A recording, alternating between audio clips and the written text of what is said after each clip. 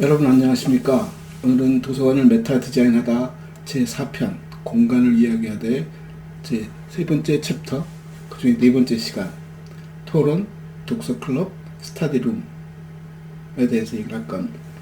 아마 도서관에서 제일 흔하고 제일 자주 만날 수 있는 공간이기도 합니다. 예전에는 옛날 도서관들에는 그런 공간이 없었습니다. 가능하면 독서실 같은 공간들, 열람실 또 서가 속에 있는 열람실들은 최소화시키고 독립된 열람 공간으로서 독서실 같은 기능들을 많이 만들었는데 최근에 만들어지는 최근에 벌써 20-30년 되죠. 또한 만들어지는 도서관들에는 그런 독립된 토론, 독서클럽, 스터디룸 같은 공간들을 많이 만들고 있습니다. 그 얘기는 독서실 같은 공간들이 점점 줄어들고 있고 열람실에 서가 있는 공간에 열람 공간들을 많이 집어넣으면서 도서관 어떻게 보면 그런 서비스 도서관이 말하는 전형적인 서비스 공간 밖에 그런 이제 조그마한 방들을 만들고 거기서 이제 토론을 한다든가 클럽 활동을 한다든가 스터디 공부한다든가 하는 그런 방들을 제공하고는 있습니다만 여전히 지난 시간에 넓히 얘기했듯이 도서관 사서 선생님들 이런 공간들은 자기들의 서비스 구역이 아니라고 생각합니다. 그러니까 행정적으로 기관에서 청사를 관리하는 차원에서 공간을 임대해 주거나 쓸 수 있게 지원을 해주지만 도서관 서비스 공간 안에 쉽게 얘기해서 열람 공간 내에서 이런 활동들은 못하게 합니다. 이유는 시끄럽다는 거죠. 당연히 얘기를 나누려면 시끄러워질 수밖에 없는데 이제 그럼 그런 공간들을 어디에 설치하는 게 좋을까 얘기와 그런 공간들이 사서 선생님들에게는 어떤 식으로 받아들여지는 것이 바람직한가 하는 얘기를 하는 거죠. 쉽지 않은 얘기입니다만 그 많은 도서관들이 동서양을 떠나서 많은 도서관들이 저는 그룹 활동하는 커뮤니티 활동을 할 수 있는 공간들을 많이 만들고 있습니다. 특히 어린이 도서관 같은 경우에는 열람 공간, 그러니까 서가가 있고 어린이 관련된 도서들이 있고 열람 시설들이 되어 있는 공간 안에 어떻게 보면 저런 토론이라든가 독서 활동을 한다든가 하는 것들을 자연스럽게 녹여놓고 있는 공간도 있습니다. 그러니까 몇 시부터 몇 시까지는 무슨 토론을 연다든가 몇 시부터 몇 시까지는 무슨 독서 클럽을 하나 운영한다든가 아니면 책 읽기를 해준다든가 하는 그런 프로그램들을 의도적으로 만들고 그것을 어린이 열람실, 어린이 도서실 안에 소위 말하는 사서들의 서비스 공간 내에서 그 일을 진행합니다. 그래서 특히 어린이들에게 있어서 책을 읽는다는 것, 독서를 한다는 것과 책을 접하는 것이 갖는 의미가 놀이의 개념도 상당히 들어가 있기 때문에 책을 너무 딱딱한 공간에서 딱딱한 방법으로 읽히는 것이 아니라 가능하면 놀이처럼 즐기면서, 왜냐면 그림책들은 그림 위주로 되어 있고 그 그림 위주들은 묻고 답하는 것이 가장 좋은 소통의 방법이거든요. 그 그림에 나타난 모습, 형상을 얘기하게끔 하고 그걸 스토리텔링 할 수 있도록 그 역량을 키워주는 것들이 어떻게 보면 사세의 몫이고 도서관 봉사자들, 주로 학부모들이 맡을 수 있는 역할들이라는 거죠. 그래서 학부모들이 특정 시간을 내서 어린이 도서실에서 와서 책을 읽어주는 일을 한다든가 아니면 책을 잘 읽지 못하는 아이들 또는 경우에 따라서는 좀 수줍음을 많이 타는 그런 내향적인 아이들에게 자발적으로 책을 읽게 만드는 방법이 뭐냐면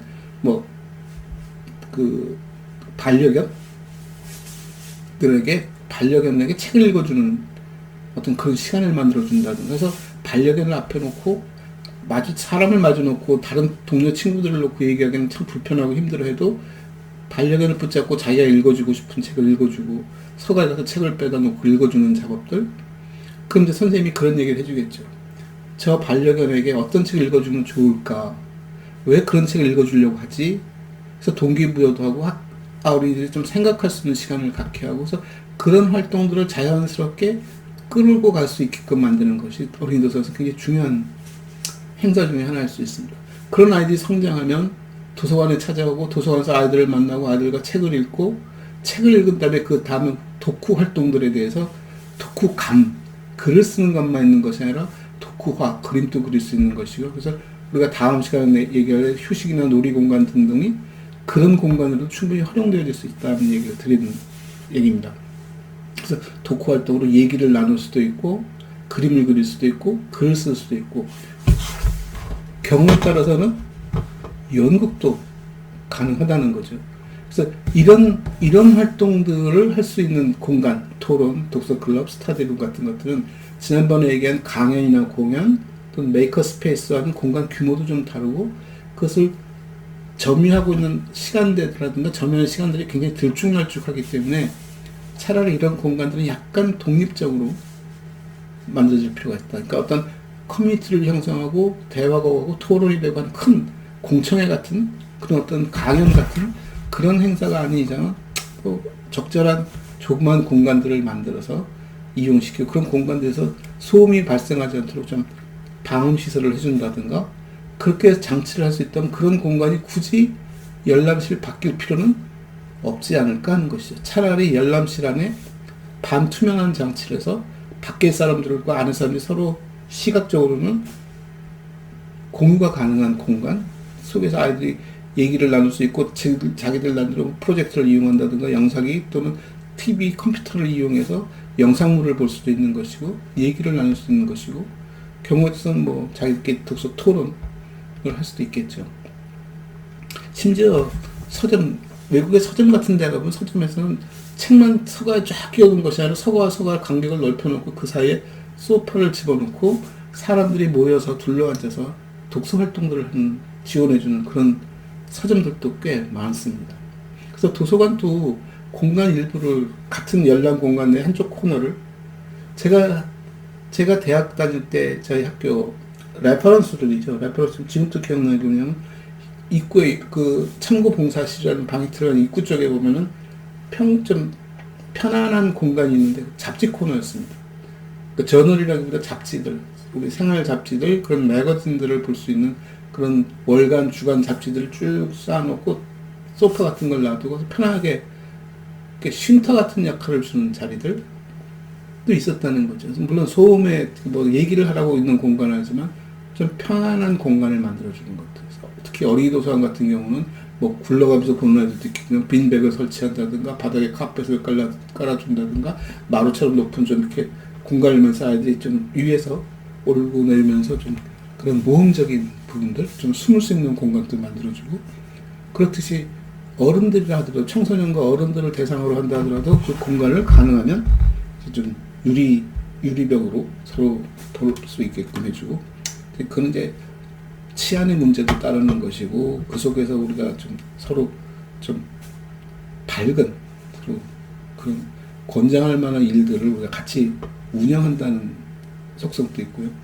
그리고 처음에 한번 그런 열람 공간 얘기했을 때 나왔던 얘기 중에 하나는 일반 열람 공간을 하나의 그 캐럴처럼 만들어서 개인이 그러니까 그 경우는 이제 여러 집단이 움직이는 것이 아니라 개인이 자기 연구 활동을 하기 위해서 서고를 하나 이렇게 조그만 책상 위에 서가를 이렇게 얹어서 독립적으로 자신이 그 책을 관리하고 그 공간에서 연구를 수행할 수 있는 공간 뭐 이렇게 넓게 본다면 토론이라든가 이런 스터디룸들은 방이라는 개념보다는 그냥 하나의 코너의 개념이고 굳이 방의 개념을 간다면 조금 더 확장시켜서 방음 시설을 갖고 있는 그리고 한 10여 명 전후의 숫자들이 들어가서 충분히 떠들 수 있는 그런 자리들 아니면 휴식을 할 수 있는 자리고 물론 이것은 누구나 아무나 막 들락날락 하는 게 아니라 어떤 스케줄에 의해서 또는 시간을 약속 어포인먼트 하면서 관리해주는 그래서 질서를 만들어갈 수 있는 그리고 도서관이 하나의 문화로 정착할 수 있는 좀 사람들이 좀 진지한 얘기를 나눈다든가 어떤 문화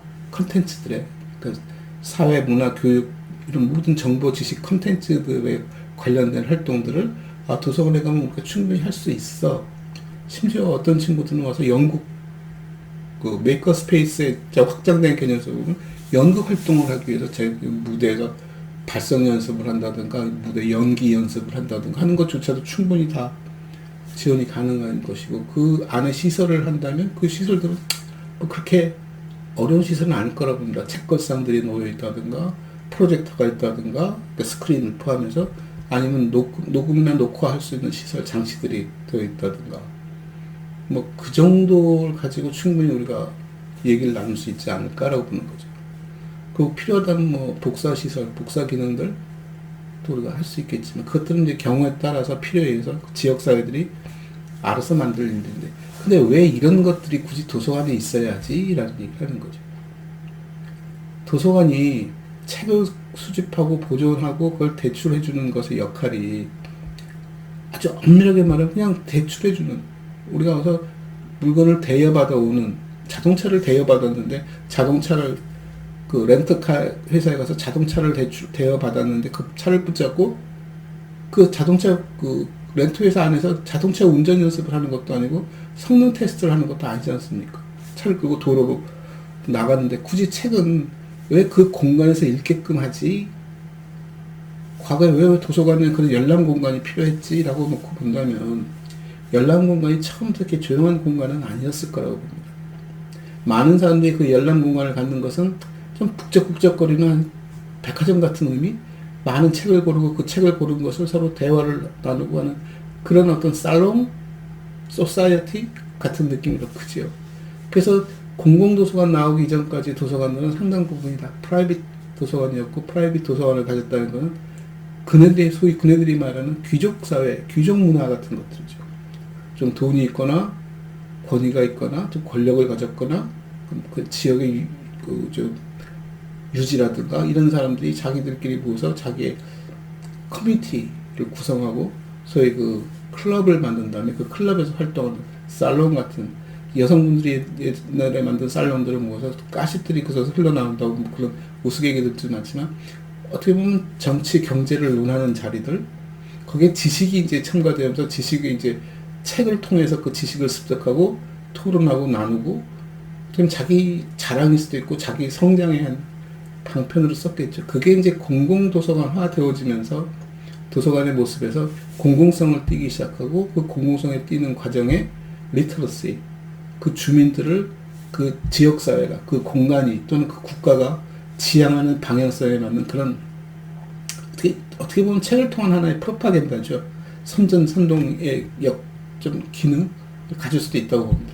그런 책들을 읽게 함으로써 공통의 관심사를 갖는다든가, 공통의 사상을 갖게 만든다든가, 다양성을 추구하지만 그럼에도 불구하고 전체가 하나의 목소리를 만들어갈 수 있는 공간이 도서관이 될 수밖에 없겠다. 그리고 그러기 위해서 도서관은 책을 빌려서 다 밖으로 나가서 알아서 활동하는 것이 아니라 가능하면 도서관 내에서 그런 지식 활동들이 일어났으면 하는 것이고, 그 지식 활동이 단순히 책만 읽는 것이 아니라 책을 읽고 토론하고 나누는 작업들이 병행되었으면 하는 바람들이 있는 거죠. 그래야 그런 것들이 소위 사회적 자본으로서 형성이 되어지는 것이고, 어떤 가치를 창출할 수도 있는 것이고, 미래를 설계할 수 있는 하나의 리터러스로서의 역할을 충실히 할 수 있다. 그러기 위해서는 그런 기능들을 보다 더 적극적으로 수용할 필요가 있지 않을까 하는 것이죠. 쉽게 얘기해서 그냥 서가의 열람 공간 테이블들을 몇 개 놔두고 알아서 시간을 보내거나 책을 읽어라 라고 하는 그런 소극적 태도가 아니라 적극적으로 그네들의 활동을 좀 더 모아서 클럽 활동을 할 수 있는 포스터도 붙이게 해주고, 그래서 뭐 모임 소개도 하고 모임 장소를 알려주기도 하고, 그런 것들이 필요하지 않을까 하는 것이죠. 지금 그 인터넷상에서 보면은 그 클럽하우스라는 하나의 커뮤니티 서비스가 있는데, 물론 그거는 이제 소리로만 하는 음성 서비스만 가능한 하나의 그 소사이어티죠.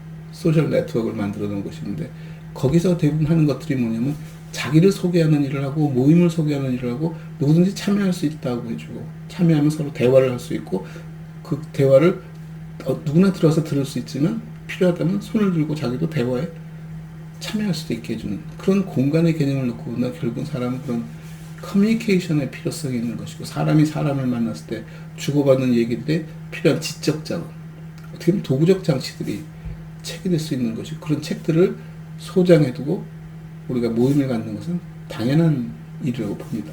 그래서 예전에 로마 시대 때 도서관은 목욕탕이 있었다는 것도 그런 맥락에서 놓고 보면, 목욕탕이라고 하는 것은 그 당시 이제 남성과 여성, 남성들이 갖고 있는, 소위 그네들이 말하는 소사이어티는 남성 중심이었고 남자들만의 세상얘기였고, 그들이 목욕탕이라는 공간에서 그런 토론을 나눌 때 그 토론의 자원이 됐던 지식 자원들, 소위 책이라는 것들을 그것을 비치하는 것은 당연한 모습이다. 그래서 아마 목욕탕 내에 도서관을 만들었다라는 말보다는 도서관이라는 공간 안에는 자연스럽게 목욕탕이라는 시설도, 우리가 토론 독서 클럽 만들듯이 목욕탕이라는 시설도 자연스러운 모습으로 다가온 그 시대, 그들 문화와 그 시대에서는 그것이 자연스러운 부분일 수도 있겠다라고 보는 거죠.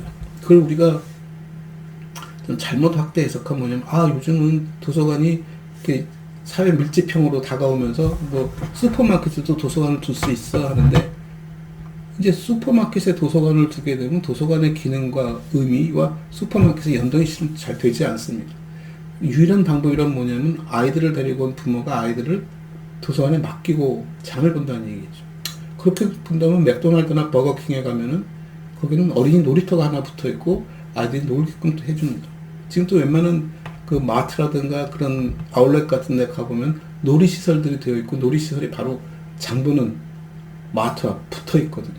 영화가 하나도 붙어 있고. 그래서 어떻게 보면 베이비시팅 해주는 개념들이 강하게 움직이는 것들이고, 그렇지 않다면 그네들 활동에 시장이라든가 이런 것들이 굳이 붙을 일은 없잖아요.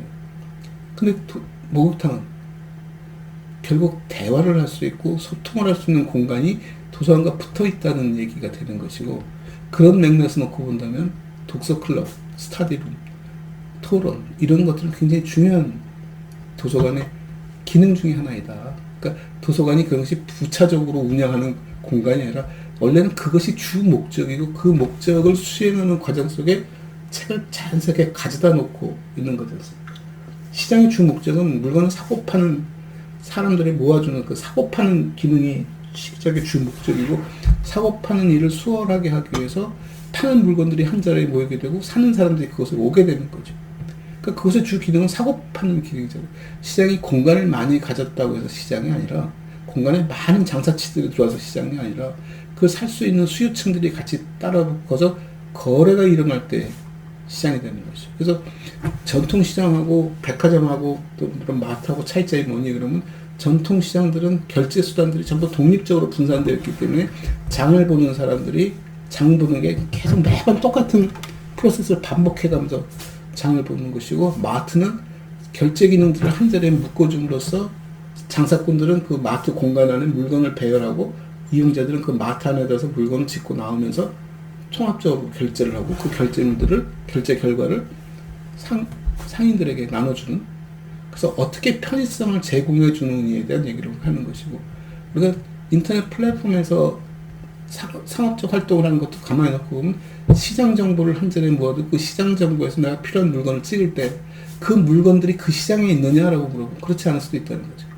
가상 공간에서 우리가 시장이라고 형성되어 있지만 여기서는 물건에 대한 정보가 제공되어지고 사람들이 그걸 사겠다고 했을 때 일어나는 것은, 유일하게 일어나는 것은 결제 행위가 유일하게 일어나는 것이고, 그 나머지 행위들은 각각의 상인들이 직접 배달을 해주는 시스템을 가질 수 있습니다.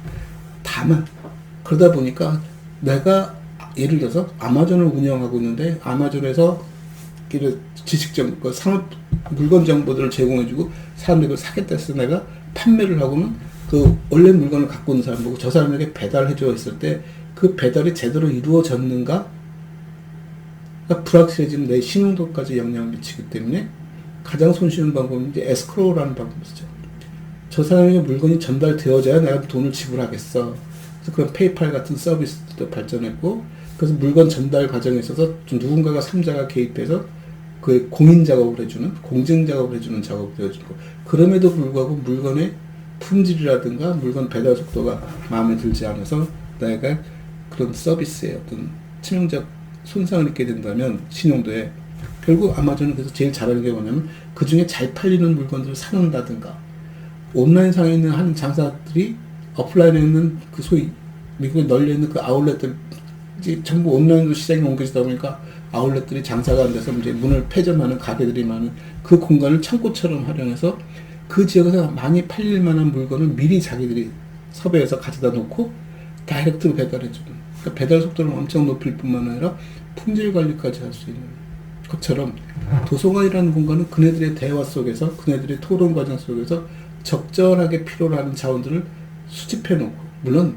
모든 사람이 다 토론하자는 얘기는 아니지만 그 기능 속에서 필요한 사람, 그러니까 그 기능이 주 기능이고, 경우에서 어떤 사람은 그 안에서 독립적으로 자기가 책을 볼 수도 있는 것이고, 시간을 줘서 들고 나가서 볼 수도 있는 것이고, 뭐 굳이 이곳에 얘기하지 않고 나가서 얘기를 할 수 있는 거지만, 기본적으로 도서관이라는 공간의 주 기능이 뭐니 했을 때 제 생각엔 역시 도서관은 토론하고 커뮤니케이션, 서로 소통하는 공간이고 그 소통과 토론에 필요로 하는 지식 자원들을 소장하고 그게 어떻게 보면 부가적인 행위들이겠죠. 그래서 그런 것으로 이루어진 것이 도서관이다. 그래서 도서관이 열람 공간을 갖는 것도 당연한 것이고 열람 공간이 우리가 소통하는 방법의 변화와 이 사회가 이렇게 밀집화되어지면서 나타나는 예의 범절 속에서 우리가 조용한 공간을 얘기하지만 독립된 공간을 만들어줌으로써 그네들의 좀 활동 영역을 보다 더 넓혀준다거나 활동 방법을 좀 더 다양하게 만들어준다든가 하는 행위는 분명히 필요하다.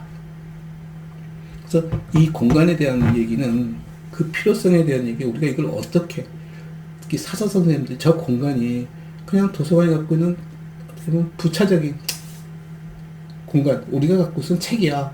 그래서 저기는 책과 상관없이 자기들이 떠들거나 말거나 공부를 하거나 말거나 이건 청사관리 차원에서 해주는 것이지 사서의 서비스는 아니야 라는 생각이 아니라 그 역시 사서가 관리할 가장 중요한 일들이고 사람들을 그렇게 유도해내고 거기에 필요한 지식자원을 제공해주고 조직해주는 일이 따라붙는다 라는 그런 어떻게 보면 하나의 그 메커니즘에 대한 얘기, 원리에 대한 얘기, 그 개념에 대한 얘기 차원에서 토론이나 독서 클럽, 스터디룸 같은 공간의 의도와 필요성, 그걸 우리가 어떻게 수용해야 할까에 대한 좀 생각하는 시간 한번 가져봤습니다.